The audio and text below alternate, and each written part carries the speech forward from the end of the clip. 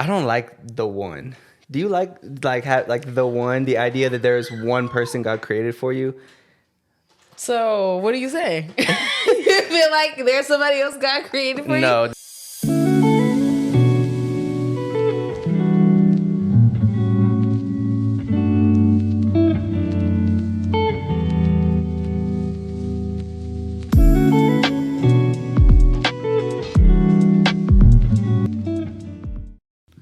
Hey, you guys. Welcome to our podcast with the Wallaces. And today we just want to talk about marriage and how do you know if they are the one for you. We're going to kind of get in our own testimony, but also give you biblical scripts to lean on and to just go and do your own research to know like if this person is who God intended for me to be with. And then also don't forget to like, comment, subscribe to our YouTube channel. We're going to be doing a lot more podcasts. And forget about the baby in the background. How about that? Don't forget about her. She's part of the Wallaces as well. Right here in the doorway looking at us. We tried to put her down for a nap. It wasn't working. What I mean is the sound. Yeah, we were like, should we do a podcast later? No, because we keep doing that. Time. Yeah. We don't have time. So we're doing the best we can. And just thanks for tuning in for us today. I'm excited to do a podcast again. So how did you know she was the one? Oh, you're doing jump in. We're jumping in.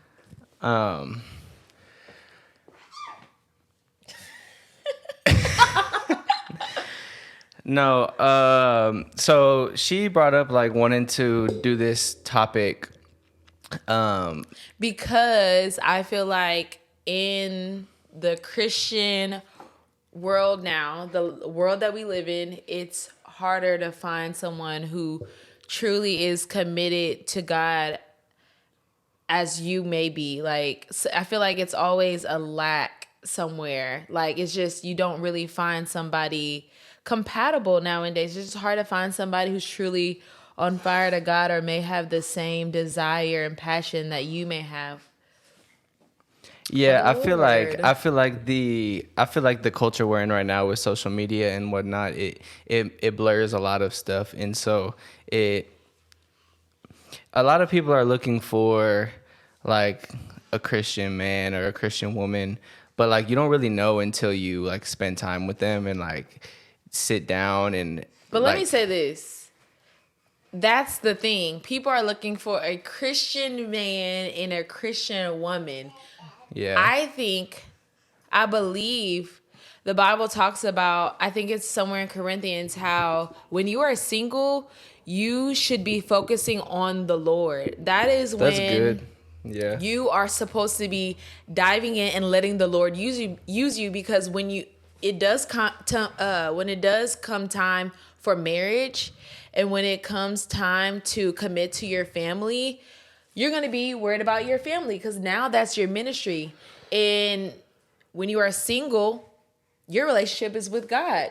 That's who you are married to. And it still is with marriage. And we'll get into how marriage is, a covenant with God and all those things. But like your sole purpose is really like to dive deep into the Lord. And so you're looking for a Christian. You are looking.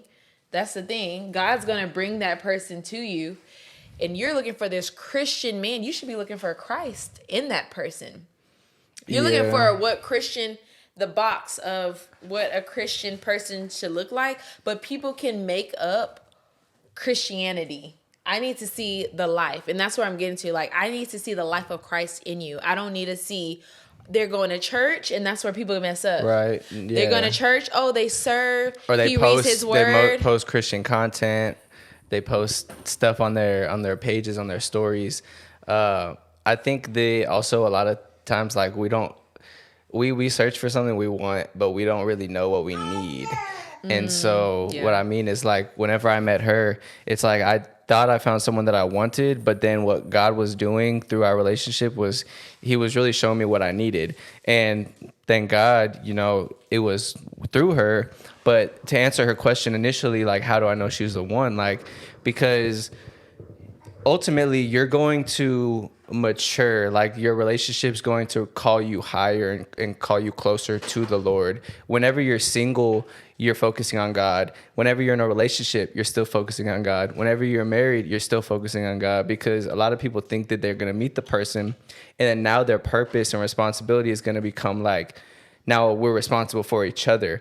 But the issue is that's why relationships don't really work. And that's why people get messed up in their relationships, because they're seeking God for a season and then God gives them their person. And then all of a sudden They're now, not seeking. now they're wrapped up in their person and they're like kind of cut off, you So know. that's why you have to check your heart too. Why do you want to be in a relationship or a marriage so bad? Yeah. And not to get wrapped up in idolizing a marriage or idolizing relationships.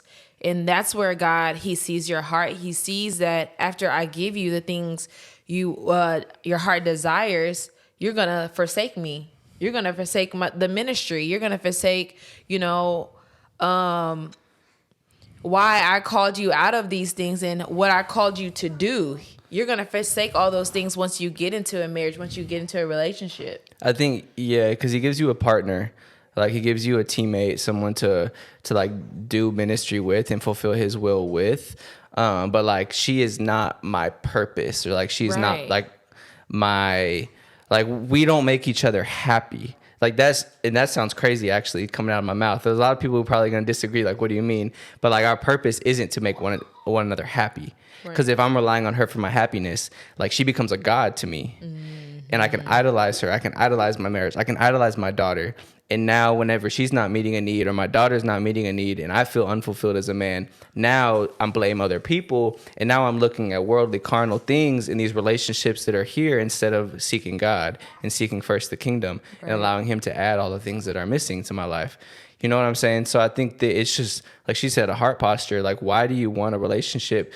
And it's kind of a hard pill to swallow because we don't want to be lonely. Like a lot of times we're in a lonely place where we're single. We want a partner. We have like a pure heart where we desire things, but we got to be careful. And you can seek marriage out of a pure heart. Yeah, you just got to be careful when God brings you that person, like to really understand, like mission doesn't change. And like now you're like, it's not face to face, it's side by side. Well, now we are still moving in the same direction. That's why it's so important to really like wait on the Lord. Wait for your partner. Because if you're not equally yoked, like all this stuff, doing his will, being on mission, fulfilling his purpose is going to be not even possible if y'all aren't on one mind. Like we're supposed to be one mind, one accord as a body of Christ, but also as husband and wife, as a family.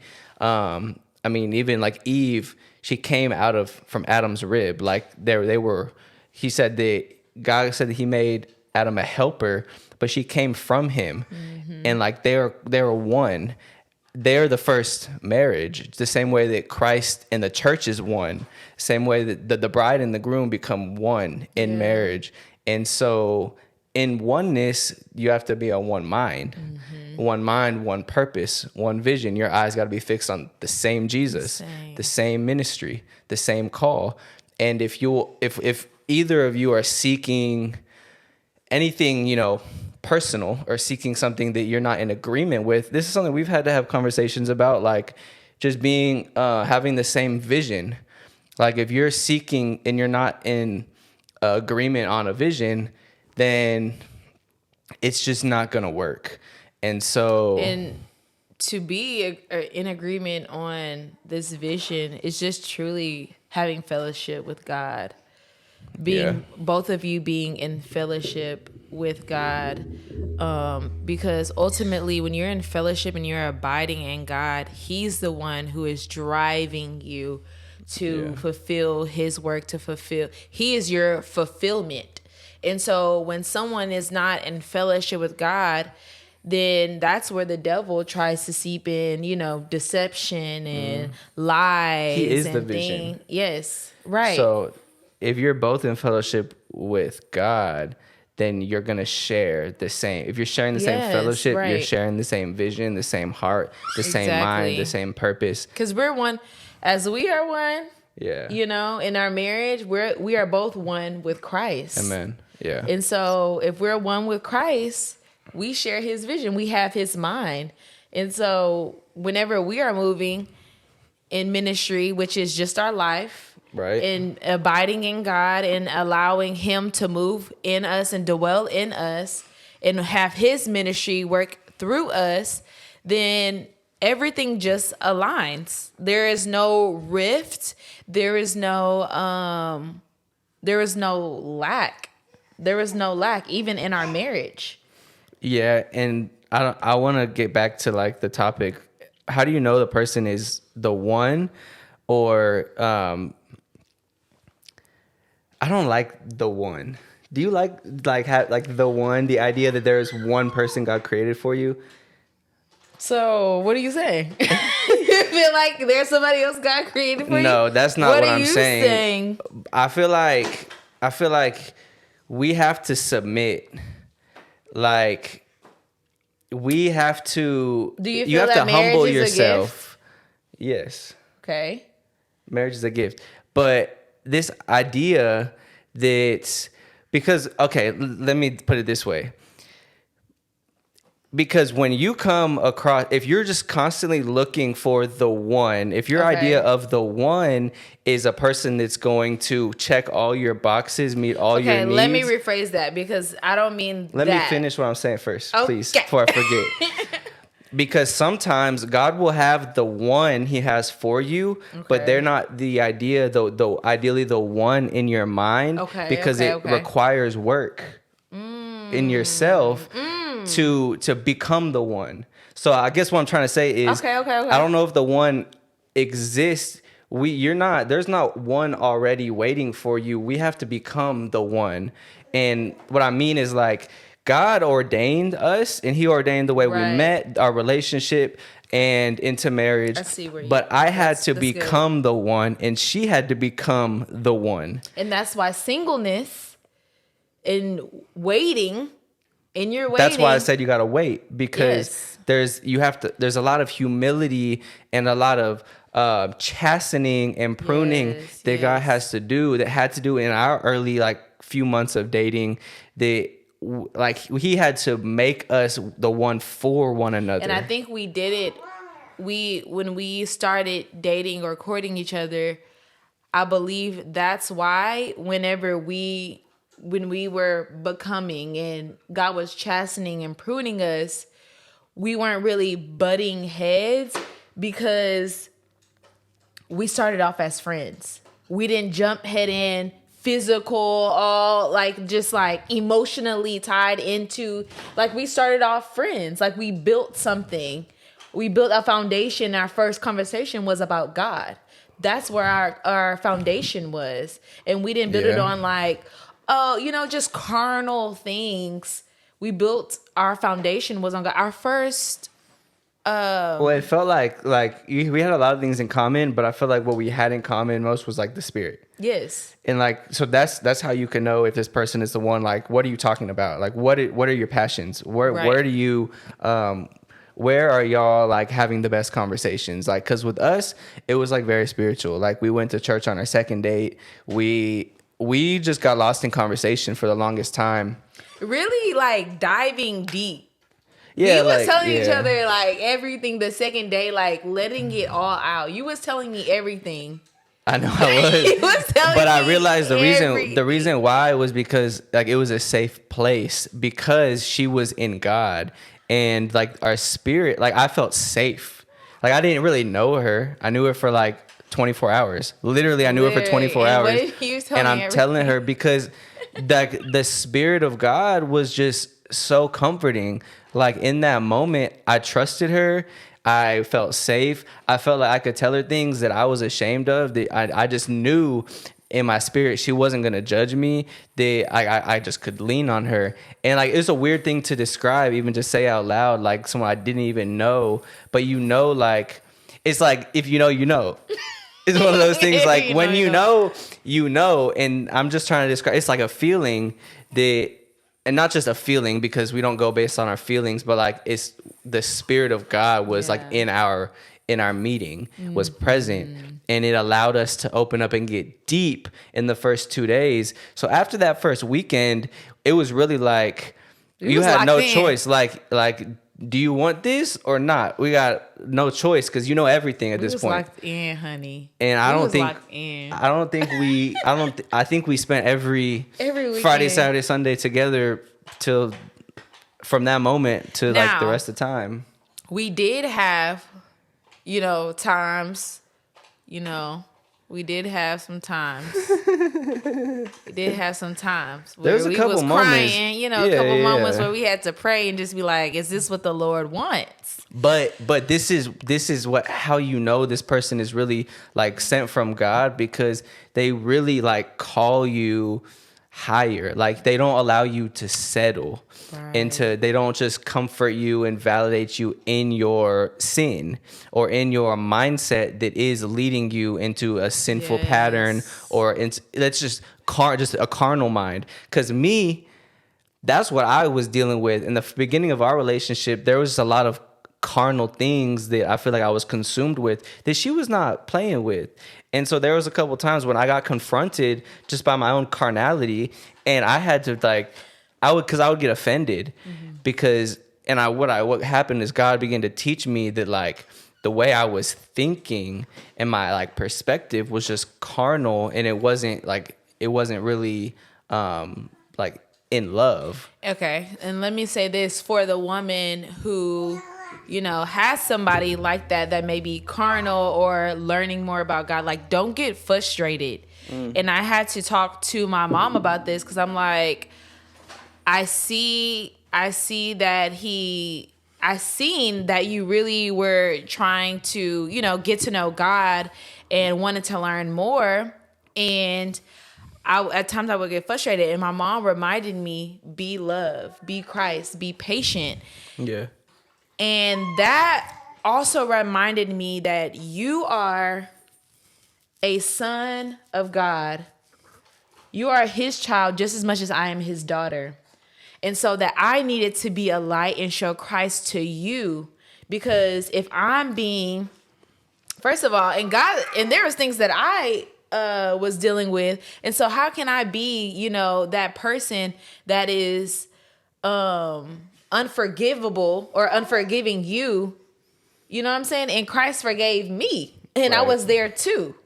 So I had to realize that, like, show love, be compassionate, and the rest will follow. And even if you don't follow the Lord, I can still say that I was being Christ and I was showing you love, and you always could go back and say, she didn't leave me because I was being hard-headed or carnal or whatever. Like, she was showing me the ways of Christ. I think that's a really good point, because what happened is like there was just times where she just like made me choose, and not choose in a bad way, like choose me or choose. It was like she presented what was like bothering her and things that were like not aligned with the Lord, and I was just faced with a choice. Like, do I want to continue to pursue her, or do I just say, nah, I'm not finna deal with all of that?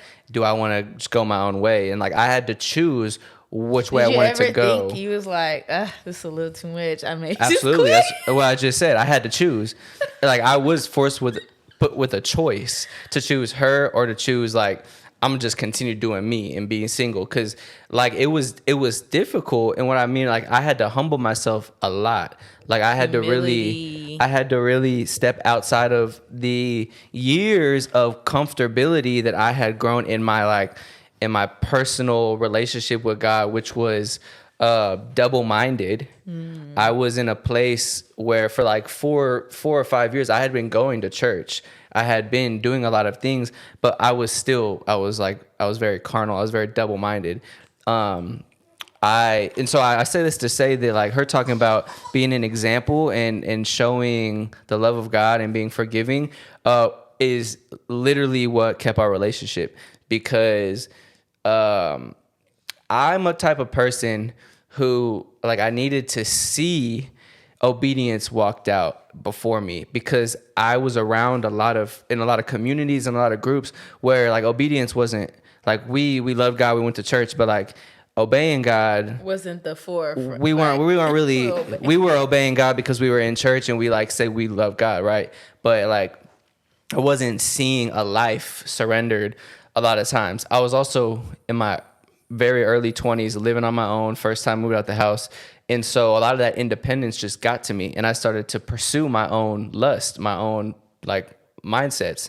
And when I met her, it was one of those moments where it was like I got humbled and I got inspired at the same time, because I seen someone who really wanted to live for God, like truly, and was not about to play around with no funny business, like was serious about it. So when we start really hanging out and really kicking it, I was like, I just start to see like, okay, I'm not really matching up to like this standard.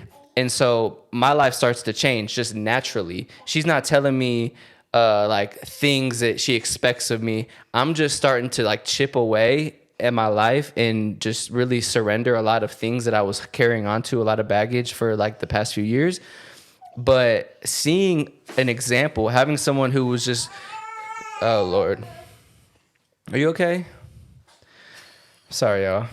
Having an example though, and seeing someone who was really just content with God and was willing to just like be loved, it really like forced me to step up to the plate and like really rise.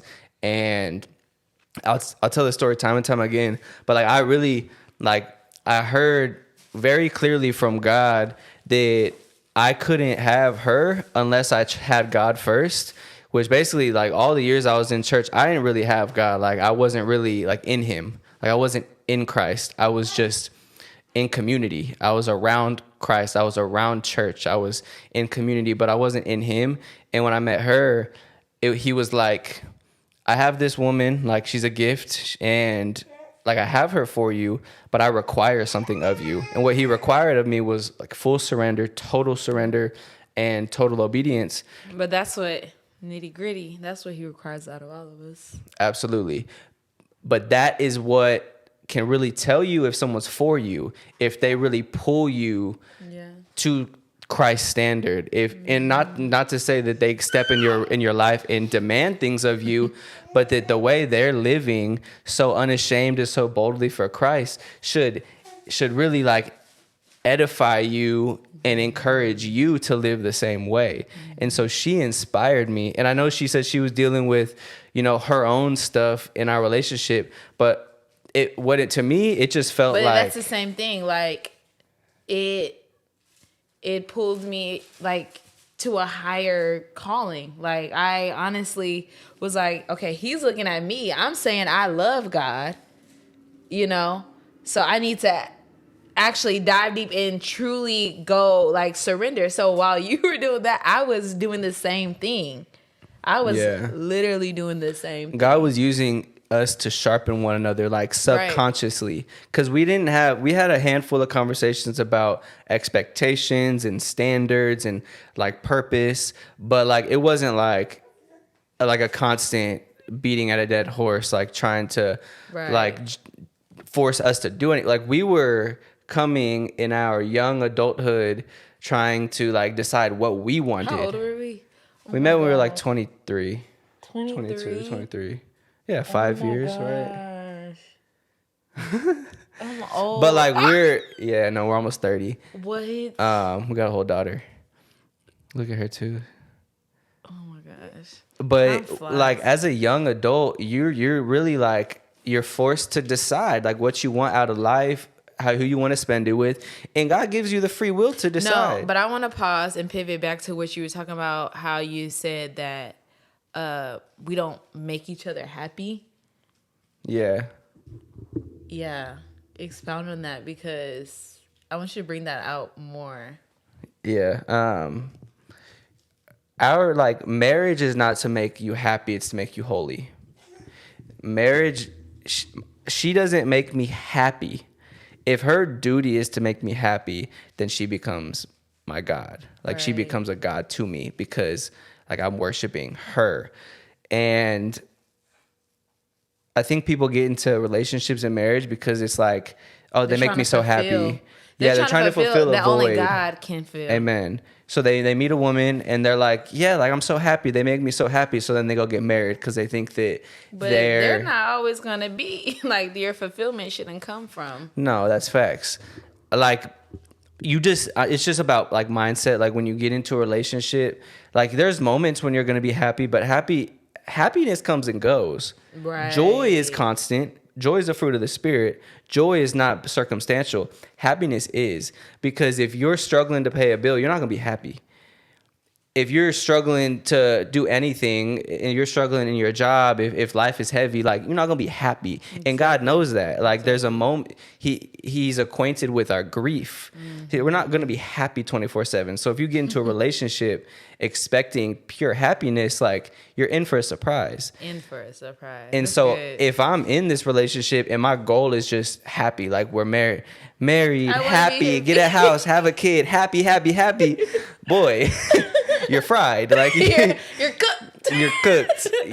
That's not the point. Like that's not the purpose. And God knows that because he knows that we were not created to sustain one another. No, he is our sustainer. He sent Christ to be an example and then to be our big brother and our sustainer. So we must partner, link arms, and still look unto him. Now he gives us a helper.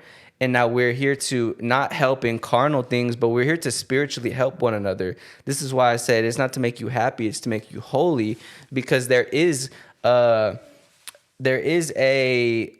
like a gift in marriage. Like when God says to the two become one, to be fruitful, to multiply, to build a family, like that's a gift. But that's the higher motive in the family, in this family structure, is to replicate God's family. Yeah. Christ, the church, bearing fruit. We're building each other up. Like. So us having a child is really spiritually revealing that us as disciples of Christ are meant to bear fruit in the kingdom. Mm-hmm. And so through this podcast and through ministry outside of our lives, we're bearing fruit. We're supposed to call people to Christ, and we're supposed to enlighten and make disciples. You know, so everything is spiritual, and so a marriage is spiritual. Like it's to reflect God in his church, and that's the highest calling, is to reflect him and to bear fruit. So she makes me happy a lot of times, and there's times she doesn't. And then there's times where I definitely don't make her happy. Exactly. But they're gonna clip that. No, but that it's just like that's not why we got married. We got married because God ordained us. Mm-hmm. He ordained us literally from. She wants to be a part of the pod, but God ordained this. So like, no man can separate what God put together. Exactly. So like, another thing I just want to say is like, you can't allow little petty things to really like get rooted in a relationship or in your marriage, because like Satan will have a like field day with that.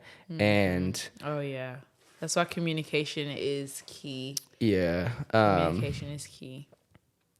But yeah, so I lost what we were saying before. No, I think that's good. I think that's the base. How did you know I was from God, the one? How did you know God sent me from heaven? Literally everything we just said is just it. Like you said, it was ordained. Like everything you just said, everything I just said, put it all together. We're still here, and we got how many years to go? Forever. Forever is a long time. What was like? What was the moment? What was the moment that you was like, "That's my husband"?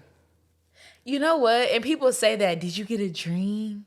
Did the Lord come down from heaven? God didn't tell you I was your husband? Did he whisper in your ear? But marriage is a gift. You chose your wife. You could have chose somebody else. That's true. Same way that we have to choose God and to choose righteousness, we have the same way to choose our spouse. Right. And so That's good. Yeah. you're required to make that choice. So anyways, I hope that answered I think we, the question, yeah, the we topic did. And a we little can do bit. a part 2 Yeah. for sure. There's a lot of things we can talk about. But that is all for this podcast. And y'all go ahead. Stop staring at me like that. Y'all can go ahead and subscribe Please. and comment, like all those things. We will see you guys on the next podcast. Bye. Peace.